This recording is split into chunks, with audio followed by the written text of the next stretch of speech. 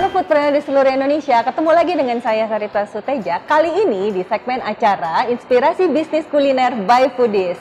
Hari ini saya datang ke sebuah tempat ramen di Bandung yang kayaknya tempatnya itu sekarang lagi cukup hits di Bandung. Nah, kali ini saya juga udah duduk bareng sama owner sama foundernya, namanya Kang Bale. Halo Kang Bale. Halo. Kayaknya bahagia terus pastilah ya. Kalau kita bisnis makanan pastinya bahagia terus, happy terus. Nah, mungkin bisa diceritain sih kenapa namanya Kang Bale dan kenapa bisnisnya ramen, dan bisa diceritain ramennya itu namanya ramen apa? Monggo. Oke, halo, nama saya Bale. Kalau kenapa dipanggilnya Bale tuh ya nama dari kecil lah ya. Kayak juga nggak tahu kenapa. Nanti mungkin kalau yang pengen lebih kenal bisa lah. Kalau ramennya kita kasih nama produk kita itu Ramen Ninpo. Kenapa Ramen Ninpo? Jadi Ninpo itu adalah kata lain dari ninjutsu. Ya. Ninjutsu itu adalah jurus. Nah, jadi kita punya 3 jurus nih. Jurus itu adalah si kaldu-kaldu yang kita buat. Nah, jadi kalau pengen nyobain jurus-jurus kita bisa ke sini. Jurusnya berarti ada berapa banyak? Ada Jurus 3. silat? Kita punya 3 nih, punya 3. Ya, apa 3 aja? jurus, 3 kuah. Kita ada kuah paitan yang dari kolagen ayam, ada kuah niku yang dari ikan cakalang asap, sama kuah tom yum si asam pedes. Si asam pedes. Iya. Tadi nama ramennya apa? Ninpo ya? Ramen Ninpo. Oke, berarti dari jurus-jurus nih, jurus. Ya. Anggapnya kayak silat kali ya? Atau apa, karate? Jurus ninja aja sih. Ninja. Jurus ninja aja. Jepang kan ninja gitu ya. Jurus ninja kali ya. Gitu. Nah, Bale ini boleh diceritain nggak dulunya gitu ya? Maksudnya kenapa harus bisnisnya itu ramen? Kenapa kenapa nggak ini dulu deh? Kenapa harus makanan yang pertama gitu kan? Ada ya, ada properti atau misalnya ada lifestyle. Kenapa makanan? Dan kalau makanan ini kenapa harus ramen? Kan banyak ya makanan lain. Kalau kenapa harus makanan, emang basicnya kita dulu dari F&B ya. Dari F&B kita ketemu, kebetulan kita berempat itu ketemu di satu tempat. Nah, itu F&B, nah ketemu bareng. Dan setelah keluar dari tempat itu, kita buka bareng. Nah, kita ngelanjutin lah kalau intinya kita F&B gitu ya. Nah, kalau kenapa harus ramen? Kita punya pemikiran atau persepsi adalah mie itu tidak pernah salah. Mie itu tidak pernah salah. Kita nyari nih gimana caranya membuat produk mie selain mie instan. Nah, makanya kita dapat ramen. Kebetulan ramen juga kayaknya penikmatnya banyak nih di Kota Bandung. Nah, makanya kita pastiin kenapa harus ramen gitu. Bukan karena misalnya ini kan tadi kayaknya kalau dengar-dengar ada 4 orang ya. Ini 4 orang ini semua pecinta ramen. Kalau pecinta sih baru sekarang kayaknya. Pribadi saya sih, saya baru sekarang untuk pecinta ramen. Sebelumnya saya belum dapat ramen yang sesuai selera saya gitu ya. Nah, jadi baru sekarang itu kayak pecinta ramen. Tapi lebih tepatnya kita cinta sama mie sih. Oh, cinta sama mie. Iya. Jadi apapun mie-nya pasti doyan gitu ya? Iya sih. Karena mie tak pernah salah. Mie itu tidak pernah Jadi yang salah siapa?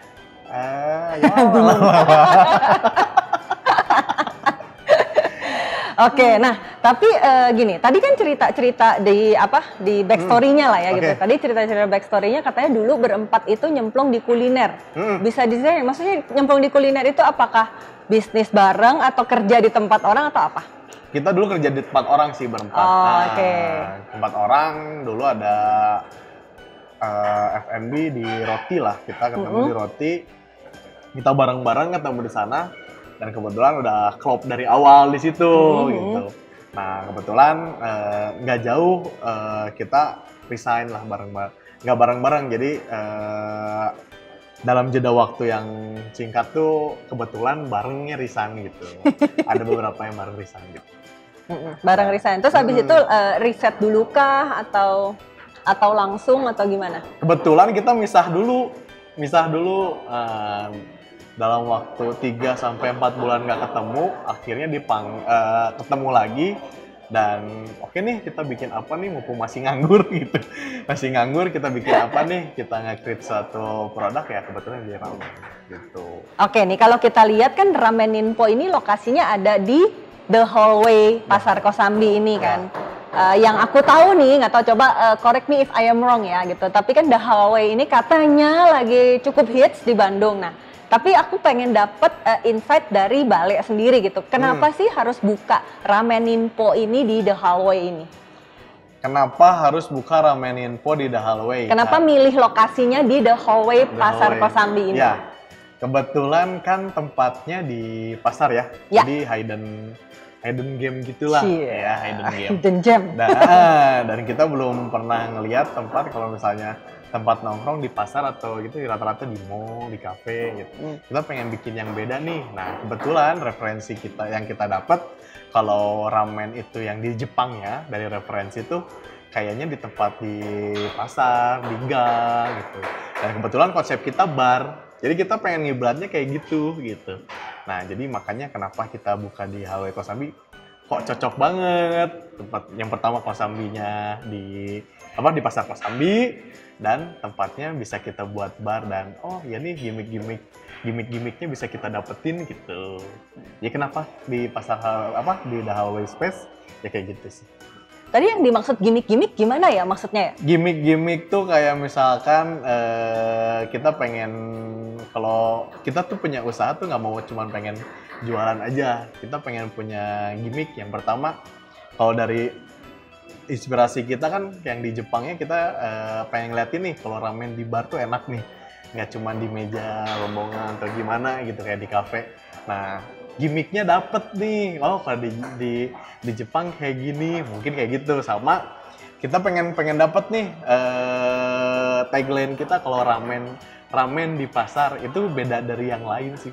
Itu salah satu gimmick yang kita buat. Gitu. Mungkin kalau ramen di pasar bisa merasakan 3 jurus dari Ramen Ninpo.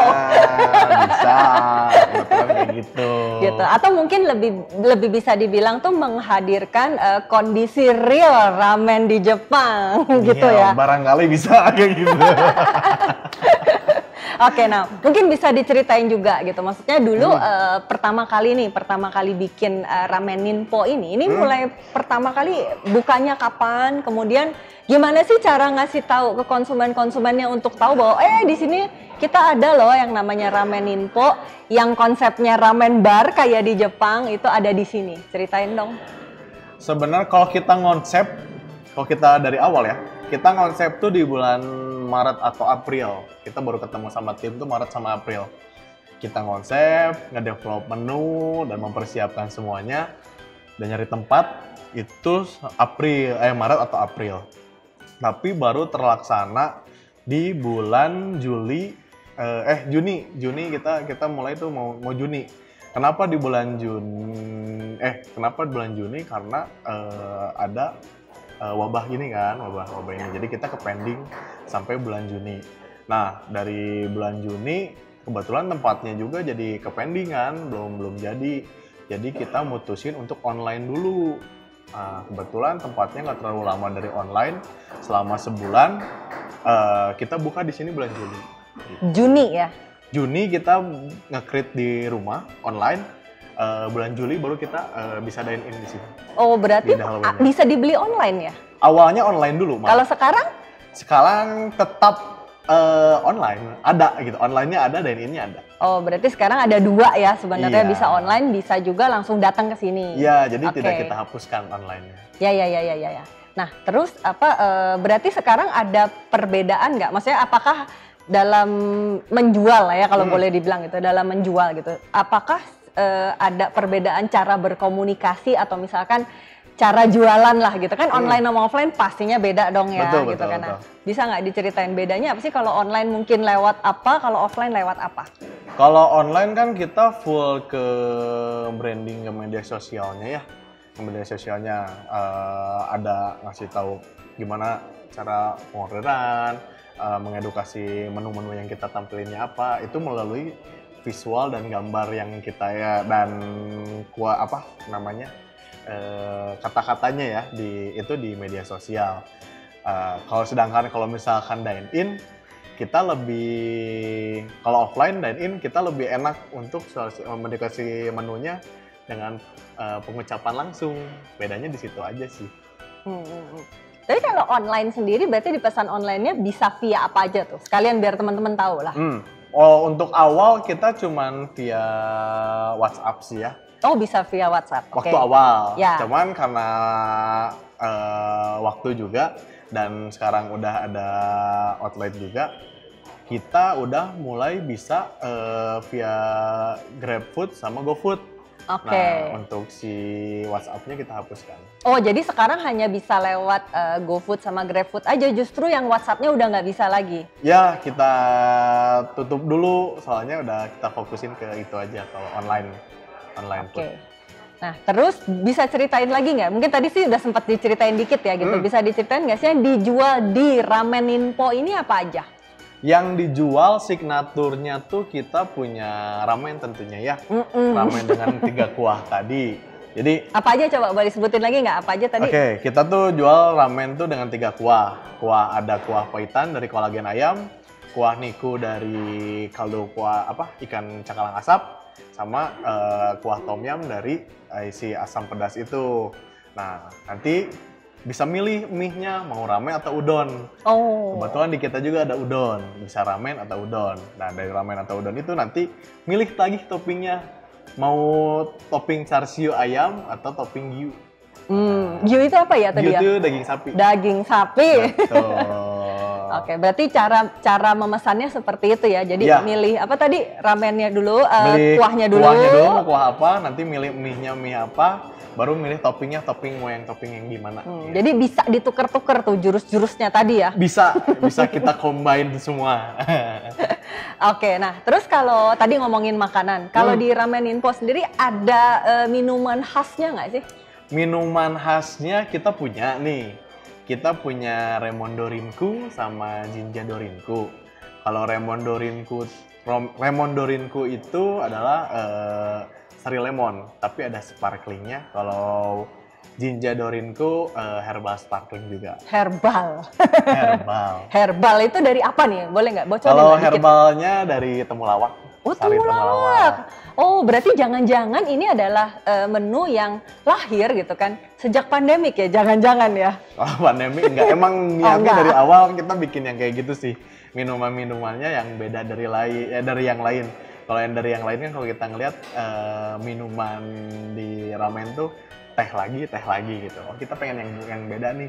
Ternyata kita dapat sari lemon sama sari temulawak. Jadi maksudnya pengennya tuh 3 jurus tadi bisa dikombin dengan minuman yang nggak melulu teh aja gitu. Betul. Ya. Jadi ada lemon, ada temulawak. Temulawak kan asli Indonesia deh kalau gua nggak salah ya. Nah, makanan dan minuman andalan kalau di sini itu apa aja sih? Ibaratnya orang tuh kalau datang ke sini dia wajib makan dan minum ini, kalau nggak sah datang ke sini. Kalau di makanan ya tentunya ramennya ya. Ramennya. Nah, dari ramennya itu yang kita punya jurus itu yang tadi. 3 jurus. 3 jurus si kuah itu. Ada kuah si paitan dari kolagen ayam, kuah niku dari ikan cakalang asap, sama kuah tom yum. Tom yum tau lah. Ya. Gitu. Kalau minuman kita punya 2 signatur sih untuk minuman. Kita punya sari lemon dari si Raimondo Rinku sama Jinja Dorinku, yaitu sari herbal sparkling. Herbal sparkling dari apa tuh herbalnya? Herbal sparkling tuh jadi herbalnya tuh dari sari temulawak. Temulawak loh teman-teman. Iya, betul. Gitu. Nah, balik mau nanya dong dulunya gitu kan sampai akhirnya nemu 3 jurus tadi, 3 kuah tadi yang bener-bener powerful lah kalau bisa dibilang ya gitu. Nah, untuk dapet resep yang bentuknya kayak gitu, itu prosesnya gimana sih? Apakah misalnya nyobain semua ramen di Indonesia misalnya, atau gimana? Sampai akhirnya ketemu 3 itu dan rasanya kayak gitu. Untuk menemukan rasa itu, ada tim aku nih, kan kita berempat nih ya. Ada aku, Bale, ada si Gali sama Krisna yang develop menu. Ada Kevin yang bagian nge-purchase semuanya, yang dia purchasing-nya. Nah, si tim bagian develop menu ini tentunya nyobain mana rasa yang paling pas di lidah kita orang Indonesia atau lebih tepatnya orang Bandung. Nah, akhirnya ketemu nih 3 kuah ini, si gurih, si manis. Nah, sebenarnya tuh awalnya kita cuma ngeluarin tuh 2 menu, si paitan sama si niku. Cuman dipikir-pikir orang Bandung tuh kayak ada yang kurang gitu kalau nggak makan yang pedas. Nah, akhirnya apa nih yang pedas, cari. Oke, kita combine. Kan kalau misalnya tom yum itu sebenarnya dari Thailand ya, bukan dari Jepang. Pas kita dapat combine itu, akhirnya ya udahlah kita keluarin si tom yum. Taunya si tom yum bisa menyeimbangi nih si kuah-kuah yang tadi. Makanya 3 kuah ini bakal jadi jurus kita. Jurus ampuh ya. Jurus ampuh, jurus andalan lah. Nah, tapi sebenarnya waktu ngedevelop produknya ini ya, gitu. Waktu ngedevelop produknya itu punya benchmark nggak? Misalnya, kalau misalnya kuah-kuah yang ada di luaran kayak gini, gue mau beda apanya? Misalnya gue bikin lebih pedas kah atau lebih gimana gitu? Ada. Dari pas kita coba tes yang lain tuh, kuahnya tuh misalkan kalau misalkan di rasa di angka 80 misalnya, 80-85. Nah, kita tuh pengen lebih gitu, lebih ke bold, lebih kental, lebih kerasa. Jadi kita pengen ngeluarin di 90, 95 atau bisa sampai 100-nya gitu. Makin kental, makin kerasa, makin enak gitu. Makanya yang ngebedain dari ramen-ramen yang lain mungkin di kita lebih bold sih sebenarnya. Soalnya kalau ngomongin kuah paitan, kuah niku pasti ada lah ini, atau enggak kuah tom yum pasti ada. Yang ngebedainnya bold, lebih kerasa aja. Lebih kental ya. Betul. Jadi lebih bikin happy. Betul, bikin senang ya. Bikin senang dan harga murah. Harganya berapa emang? Harganya kita dari start 25 untuk ramen sampai 27.500. Kalau untuk udon di 30 sampai 32.500. Jadi mungkin boleh, kalau yang pengen boleh langsung datang aja ke sini. Betul, buat nyobain. Buat nyobain. Nah, terus tadi kan sempat diomongin katanya ada 4 orang nih ya? Ya, ada 4 orang. 4 tuh banyak loh, 1, 2, 3, 4. 4 orang tuh banyak, cowok semua lagi ya? Cowok semua. Nah, apa nggak pusing? Maksudnya pusing gini, kan kalau misalnya kita sendiri mah kan enaknya mau ngapain juga serah lu deh gitu kan. Nah, betul. tapi kalau berempat ini kan otomatis harus bagi-bagi nih. Kemudian bagi-baginya kan nggak cuma kerjaan gitu kan, tapi ada cerita percuanan agak sensitif ini sebenarnya kan, perduitan gitu. Nah, bisa nggak ngasih tips gitu ya untuk teman-teman foodpreneur lah, gimana sih cara ngatur kerjaannya, gimana cara ngatur flow-nya, gimana cara ngatur cuannya juga. Coba diceritakan. Kalau untuk kerjaan atau bagian-bagiannya kan emang dari awalnya udah dibagi-bagi nih dari awal. Dan emang udah punya job desk masing-masing dari kerjaan sebelumnya juga kebetulan. Oh gitu. Masih sama. Nah, saya yang bagian yang ngebuat pengidean, permarketingan. Dari Galih sama Krisna yang bakalan ngebuat develop menu-menunya itu dari mereka berdua. Ada yang bagian mungkin purchasing, si pelengkap gimana nih barang-barang harus ada biar lengkap gitu, biar bisa jalan, itu dari purchasingnya ada, itu di Kevin. Jadi 4 orang ini udah punya job desk-nya masing-masing itu. Kalau misalkan untuk bagi-baginya, kita dari awal udah sepakat sih ya, bagi-baginya kayak gimana, sistemnya kayak gimana. Makanya orang-orang juga, kita juga kalau soal materinya nggak terlalu sensitif juga, nggak terlalu gimana. Soalnya emang dari awalnya udah udah perjanjian atau udah deal-dealannya kayak gitu. Nah, jadi berarti penting banget buat teman-teman foodpreneur nih ya, kayak Bale ini sama teman-temannya, jadi disepakati ya dari awal. Disepakati dari awal, baik itu percuanannya tadi, gitu, sama mungkin pekerjaannya apa aja. Betul. Gitu. Jadi kedepannya udah lebih enak jalannya ya. Soalnya kalau ngomongin cuan sensitif banget. Sensitif emang. Bahaya. Gitu. Jadi emang harus disepakati dari awal. Nah, Terus Bale, tadi tuh gue sempat ngeliat-ngeliat sebenarnya pas lagi perjalanan ke sini ya. Itu kalau ngeliat sosial medianya tuh kan keren ya. Iya. Bagus ya. Itu masih dipegang sendiri atau gimana? Sosial medianya masih dipegang sendiri. Nah, kebetulan ya yang tadi saya jelasin. Nah, kebetulan yang bagian media sosial, bagian kreatifnya, marketingnya ke saya. Gitu. Oh ini ternyata Iya. face di balik sosial medianya itu loh, gitu kan. Selama menghandling sosial media nih, gitu, ada nggak sih kejadian lucu atau unik? Ya banyak sih ya. Apa tuh misalnya? Yang lucu, yang unik, ada yang dia sering nge-DM-in atau nge-mention, tapi nggak pernah ke-repost. Terus datang ke sini, kenapa saya sering update tapi nggak pernah di-repost, yang lain di-repost. Tahunya kan kita nggak tahu ya, kalau di Instagram kan kalau misalnya di akunnya digembok, itu nggak bisa nih, nggak bisa kita repost atau nggak masuk ke message kita. Makanya gitu. Ya. Yang kayak gitu-gitu. Yang kayak gitu ya. Kalau yang apa? Kalau yang sampai jadinya ketemu jodoh ada nggak? Ketemu jodoh belum sih. Oh belum. belum ada. Belum ada. Oke. Nah, terus apa? Kan kemarin kan juga udah sempat diceritain ya. Jadi si ramen ini kan baru buka Juli ya. Bulan Juli. Di masa-masa setelah pandemik nih. Betul. Apa sih tantangannya? Apa maksudnya? Ada nggak sih sebenarnya batasan-batasan atau perbedaannya sama yang sebelum? Di pengalaman sebelumnya mungkin? Tantangannya ada sih, lebih berat, nggak berat juga malah disebut. Kalau malah bisa dibilang lebih berkah kayak kitanya. Apa tuh berkahnya? Berkahnya saat ada pandemi, orang-orang ke food and beverage lebih banyak gitu ya, lebih penikmat makanannya lebih banyak gitu daripada sebelumnya gitu. Kalau yang aku lihat dari traffic perbandingan yang sekarang sama yang sebelumnya, kelihatannya dari online deh, karena orang-orang kalau ngeliat di rumahnya butuh makanan atau itu malah lebih sering order atau gimana. Terus kalau misalnya pas saat pandemi PSBB-nya udah beres, orang-orang udah pengen ngumpul nih, pengen itu, jadi vibe untuk nongkrongnya udah pengen pada keluar, nah pada dateng, pada jajan, gitu sih yang itu. Nah, yang beratnya gimana caranya kita ngenalin nih kalau kita tuh ada, ya. Gitu. Kalau kita tuh ada, nah makanya berkahnya adalah banyak masa yang ingin datangnya, beratnya adalah bagaimana kita mengenalkannya.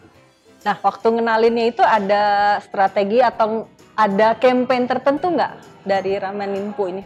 Ramen Ninpo. Kalau misalkan awalnya sih lucunya Ramen Ninpo tuh terbentuknya karena ketidaksengajaan gitu.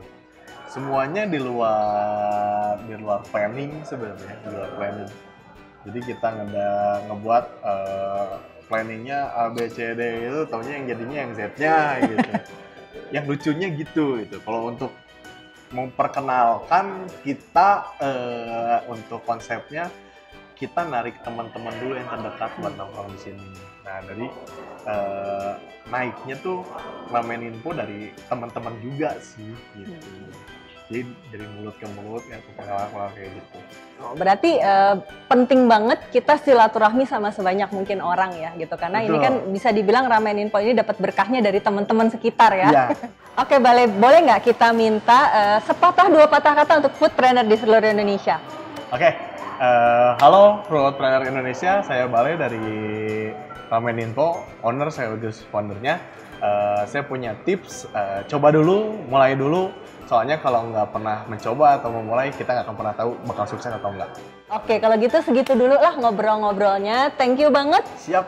Bale udah diizinkan untuk mengorek-ngorek cerita tentang Ramen Ninpo ini. Makasih, gitu, nah bersedia dikorek-korek gitu. Nah, paling segitu dulu food trainer di seluruh Indonesia sesi kita hari ini. Tunggu sesi-sesi berikutnya dengan narasumber-narasumber yang lainnya. Dari Food Trainer Indonesia untuk Food Trainer Indonesia. Maju terus brand lokal kuliner Indonesia. Bye!